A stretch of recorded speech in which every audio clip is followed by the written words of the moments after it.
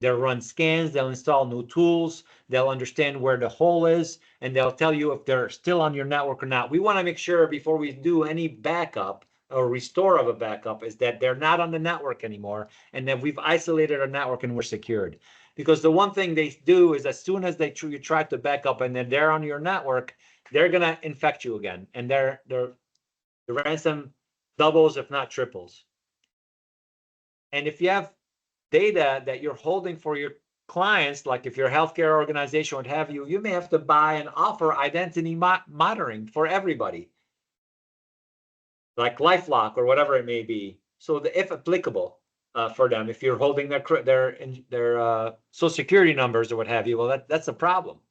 And then document action taken and to prevent reoccurrence and say, hey, listen, we had an issue with our antivirus, with an issue with this application layer. Now we've added this tool to make sure that it doesn't happen again, and just be upfront with it but explain to them that you've been preparing for this and then you have it under control. Because one thing you don't want to seem is, oh my God, I don't know what we're going to do now.